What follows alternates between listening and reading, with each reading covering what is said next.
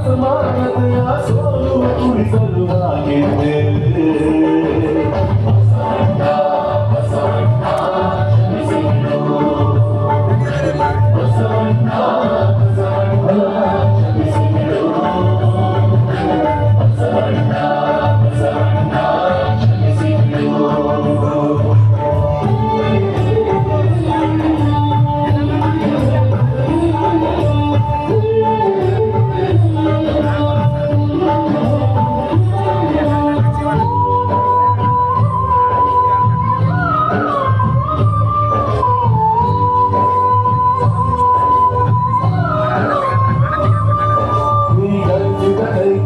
ಆಶ್ರಯವಾಗಿ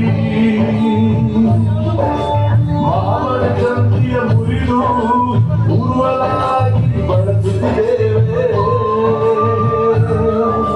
ನಿನ್ನ ಜಯಂತಿಯ ದಿನದಲ್ಲಿ ಚಿನ್ನದ ಖರೀದಿಸಿ ಅಕ್ಷಯ ನಿಧಿ ತುಂಬಿ ಅಕ್ಷರ ಕಾಲ ಬರೆಯುತ್ತಿದ್ದೇವೆ.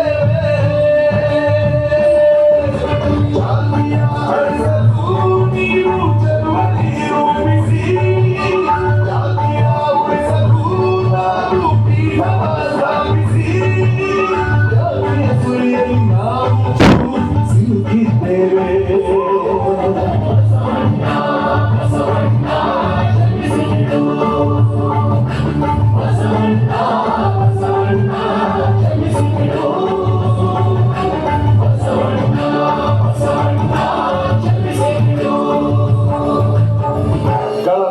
ಕೊಲಬೇಡ, ಹುಸಿಯ ನುಡಿಯಲು ಬೇಡ, ಮುನಿಯಬೇಡ, ಅನ್ಯರಿಗೆ ಅಸಹ್ಯ ಪಡಬೇಡ, ತನ್ನ ಬಣ್ಣಿಸಬೇಡ, ಇದಿರ ಹಳಿಯಲು ಬೇಡ.